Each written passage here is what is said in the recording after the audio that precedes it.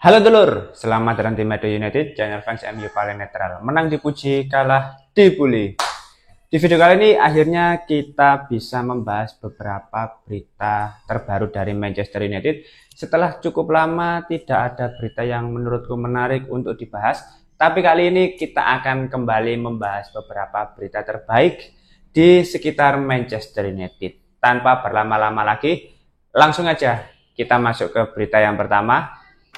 Ruben Amorim menempatkan Federico Di Marco dari Inter Milan sebagai prioritas utama dalam daftar incaran Manchester United untuk bursa transfer Januari. Ia menjadi target bagi United dan Amorim sangat menginginkannya. Oke, menarik ini teman-teman ya. Sebetulnya kalau kita bicara soal Di Marco, ini bukan nama baru yang diincar oleh Manchester United. Pasalnya pemain ini memang sempat dikaitkan di beberapa musim terakhir. Karena kalau kita lihat secara performa, memang Federico Di Marco ini bisa dibilang sebagai pengganti yang cocok bagi Luke Shaw untuk posisi kiri, ya di sektor kiri. Kalau kita melihat juga memang Di Marco ini bisa diplot sebagai winger kiri, bahkan left midfielder, wingback kiri, atau juga back kiri. Jadi untuk sektor kiri sebenarnya Di Marco ini bisa di beberapa posisi, dan terbukti ketika bersama Inter Milan di beberapa musim terakhir dan sekarang musim kelimanya ini secara performa sangat konsisten. Terus di musim ini bahkan dari 4 pertandingan bersama Serie A dia sudah memberikan kontribusi 1 gol dan 1 assist. Menurutku itu menunjukkan kematangan dari sisi performa seorang Federico Di Marco. Nah, menariknya adalah kita melihat skema yang akan terjadi apabila Manchester United benar-benar mendatangkan Federico Di Marco dan tujuan yang ingin direalisasikan oleh Amorim terkait kebutuhan skema. Sebetulnya untuk saat ini, untuk sektor kiri terutama wingback, ini kan sudah ada beberapa pemain, ya, mulai dari Patrick Dorgu, terus ada Luke Shaw, dan ada Diogo Leon. Meskipun Diogo Leon sekarang dilibatkan untuk tim akademi, tapi kan dia diproyeksikan untuk posisi tersebut. Belum lagi Diogo Dalot yang bisa diplot sebagai wingback kiri jika keadaan memang mengharuskan dia di posisi tersebut. Ada banyak nama di posisi wingback kiri. Tapi kalau kita melihat secara performa, memang Patrick Dorgu masih banyak kurangnya, terutama dari aspek crossing di dalam kotak penalti, kelihayan ketika dalam pembawaan bola, nah, aspek ketika bertahan ini masih kurang, ya wajar karena dia secara usia juga masih sangat muda. Lalu Luke Shaw, nah Luke Shaw ketika diplot sebagai wingback kiri, aspek di sepertiga akhir, ya atribut crossingnya, ya umpan-umpan lambungnya itu memang sangat bagus, tapi ketika masa transisi dari menyerang ke bertahan, dia sudah nggak sebagus dulu memang. Ya umur nggak bisa dilawan. Terus faktor cedera patah kaki pada waktu itu sangat berpengaruh terhadap performa dari Luke Shaw. Nah, dengan mendatangkan Di Marco, ini bisa jadi solusi instan bagi Manchester United untuk menambal sektor kiri, ya. Entah itu wingback, entah itu back tengah kiri, ya. Kalau back tengah kiri menurutku lini pertahanan nggak ada masalah. Dia akan diplot sebagai wingback kiri. Nanti kalau misalkan hal ini benar-benar terjadi, Patrick Dorgu bisa sebagai lapis kedua. Nanti bisa masuk di babak kedua atau sebagai super sub seperti itu. Karena dia secara performa masih belum matang, dia masih butuh pengalaman, dia masih butuh mentor untuk meningkatkan kualitas individunya. Terus ada skema lain yang menurutku bisa kita lihat dari pemain incaran Ruben Amorim, yaitu Federico Di Marco. Kalau misalkan di posisi kiri sudah ada Di Marco, otomatis Patrick Dorgu tidak akan menjadi starter. Dan kalaupun Patrick Dorgu harus menjadi starter, dia akan diplot sebagai wingback kanan, yang mana dia juga bisa di posisi tersebut dan dia akan berkompetisi dengan Diogo Dalot. Nah, kalau situasinya sudah seperti itu, lantas siapa yang akan dikorbankan? Tentu saja seorang Amad Diallo. Nah, menurutku skemanya nanti akan seperti ini. Karena apa? Karena setelah pertandingan melawan Chelsea kemarin, ya sudah ada indikasi, sudah ada gejala kalau Amad Diallo ini memang merasa tidak nyaman dengan menit bermain posisi yang diberikan oleh Ruben Amorim, dan kita semua sudah sangat tahu itu. Kalau situasinya memang seperti itu, mau nggak mau ya bursa transfer selanjutnya atau musim panas berikutnya ya Amad Diallo yang akan hengkang dari Manchester United. Karena apa? Karena beberapa hari sebelumnya setelah pertandingan melawan Chelsea, dia bertemu dengan Garnacho, dia mengobrol, dia tukar jersey. Ya menurutku itu nggak ada masalah. Tukar jersey mengobrol dengan mantan rekan setimnya. Tapi yang menjadi persoalan dan disorot oleh media 2 hari ini adalah dia posting instastory. Ya menurutku pemain sepak bola instastory dibuat berita itu agak gimana ya. Kalau bukan pemain MU itu memang nggak akan serame itu. Terus dia mengosongkan ya postingan di Instagramnya, tidak mencantumkan sebagai pemain Manchester United. Ya menurutku ini bisa menjadi trigger, bisa menjadi pemicu bagi media-media untuk menggoreng isu terkait ketidakcocokan posisi yang diberikan Amad Diallo dengan Ruben Amorim. Dan ini mengindikasikan bahwasannya pemain-pemain yang tidak respect, pemain-pemain yang banyak drama di lingkungan Manchester United tentu akan langsung dibuang oleh Ruben Amorim, dan itu sudah dilakukan oleh 5 pemain sebelumnya di bursa transfer musim panas kemarin. Karena kalau kita bandingkan dengan pemain yang lain, oke lah, Amad Diallo ini memiliki potensi. Amad Diallo ini pemain yang skillful. Tapi kalau tidak dibarengi dengan attitude yang baik, ya kerja keras yang tinggi, tidak banyak drama, ya menurutku tetap nggak akan bertahan. Karena kalau kita bandingkan dengan Diogo Dalot, Patrick Dorgu, ya ini pemain terutama Dalot ya, memang sering dihujat. Tapi apa dia pernah bertingkah? Apa dia pernah menunjukkan gestur-gestur yang menentang pelatih? Enggak.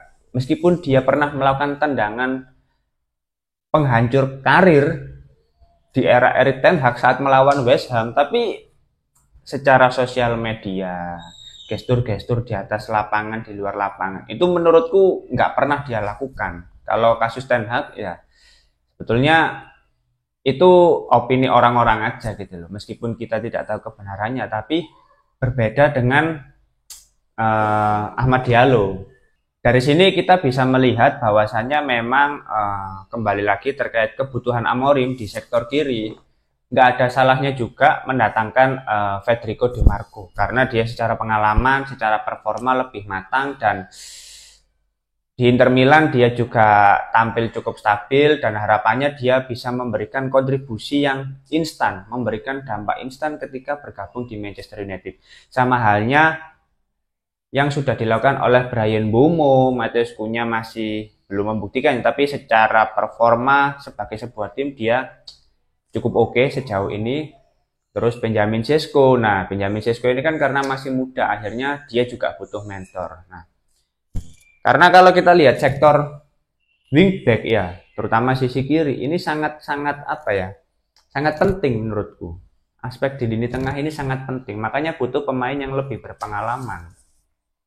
Dan aku harap Federico Di Marco ya karena usianya 27 tahun, mungkin untuk jangka pendek dia bisa ditatangkan sambil apa ya, mematangkan kualitas individu dari Patrick Dorgu, dari Diogo Leon, dia bisa jadi mentor yang baik. Nggak masalah didatangkan karena market value-nya sekarang sekitar 49 juta euro. Tapi kalau Manchester United bisa mendatangkan dengan harga lebih murah, justru itu akan menjadi keuntungan bagi United. Menarik. Federico Di Marco didatangkan, ya Patrick Dorgu di sektor wingback kanan bersama Diogo Dalot. Lalu Amad Diallo kalau masih banyak bertingkah dia akan dibuang, karena Ruben Amorim tidak mungkin mengorbankan Bryan Mbeumo, Matheus Cunha untuk menempatkan Amad Diallo sebagai starter. Beda lagi kalau pemain-pemain yang didatangkan era Ruben Amorim itu cedera.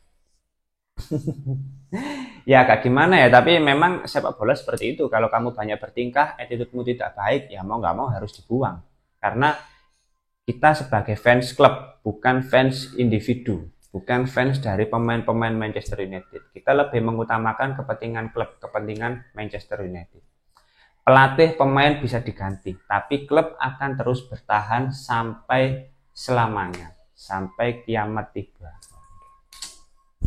Oke, kita masuk ke berita berikutnya. Manchester United baru-baru ini melakukan kontak dengan perwakilan Mike Maignan saat mereka sedang berdiskusi dengan Bryan Mbeumo. Kontrak Maignan sendiri akan berakhir tahun depan. Sebetulnya ini ada korelasi dengan statement dari Ruben Amorim beberapa hari kemarin. Karena Amorim sudah mengutarakan bahwa dia belum memiliki kiper utama sampai saat ini. Dan itu mengindikasikan bahwasanya Altay Bayindir sebagai kiper utama sementara saat ini itu tidak tampil cukup baik. Dan itu terbukti. Lalu Senne Lammens didatangkan dan masih belum tampil sebagai starter sampai saat ini. Itu menunjukkan bahwasanya mungkin Ruben Amorim dari sisi kiper membutuhkan kiper yang benar-benar berpengalaman, kiper yang benar-benar secara mental lebih siap, secara performa lebih stabil. Altay Bayindir tidak memiliki hal itu. Senne Lammens masih jauh dari hal itu. Meskipun dia secara potensi sangat tinggi, tapi karena usianya yang masih muda, ya tekanan bermain di Manchester United yang sangat tinggi, dia tentu belum siap. Makanya dia membutuhkan kiper baru yang akan jadi kiper utama dan mungkin pesaing bagi Senne Lammens di masa mendatang. Sedangkan Bayindir kemungkinan bisa hengkang dari Manchester United. Nah, menariknya di sini teman-teman. Tadi kita mengincar Federico Di Marco dari Inter Milan, lalu mengincar Mike Maignan dari AC Milan. Waduh, ini dua klub rival digabungkan jadi satu di Manchester United. Tapi jujur teman-teman ya, kalaupun mendatangkan Maignan ini nggak masalah karena kontraknya sudah habis musim depan dan mungkin mau datang ke Manchester United sebagai pemain free transfer. Itu sangat menarik. Sambil selama satu musim ini meningkatkan secara perlahan performa dari Senne Lammens maupun persaingan bagi Altay Bayindir. Atau mungkin di bulan Januari dua pemain ini bisa didatangkan, ya luar biasa, Mike Maignan dan Federico Di Marco. Mungkin AC Milan tidak mau melepas secara gratis, jadi di bursa transfer Januari bisa didatangkan ke Manchester United. Sebetulnya ini salah satu pembelian yang menarik menurutku karena kedua pemain ini secara performa cukup matang, cukup stabil, dari secara usia juga harusnya di masa prime-nya. Terus pertanyaan lainnya adalah apakah di bursa transfer Januari Manchester United tidak mendatangkan pemain di lini tengah? Karena kalau kita kaitkan dengan kondisi sekarang dan rumor-rumor di bursa transfer musim panas, Carlos Baleba secara performa mulai menurun. Hal itu diakibatkan karena dia gagal didatangkan ke Manchester United. Karena tentu berpengaruh terhadap mental pemain yang dikaitkan dengan Manchester United, apalagi dikaitkan dengan klub yang disukai oleh pemain tersebut. Harusnya ini bisa jadi momentum yang baik bagi Manchester United untuk mendatangkan Carlos Baleba dengan harga yang lebih murah dibandingkan harga yang sudah dipatok oleh Brighton di bursa transfer musim panas kemarin. Ya, tapi terlepas apapun itu, ini masih sebatas rumor, masih sebatas narasi-narasi yang belum bisa dibuktikan sampai bursa transfer Januari mendatang dibuka. Tapi apapun itu, ini menarik untuk kita pantau bersama karena selama 5 pertandingan di kompetisi Premier League musim ini, Manchester United secara performa masih belum stabil. Ada beberapa posisi yang masih perlu untuk mendatangkan pemain baru. Nah, siapa pemainnya kita tunggu sampai bursa transfer musim dingin mendatang. Oke, mungkin itu dulu beberapa berita terbaru di video kali ini. Kalau teman-teman ada opini langsung tulis saja di kolom komentar. Kita akan diskusi santai seperti biasa. Terima kasih sudah menonton video ini. Jangan lupa like, komen, dan subscribe. Salam.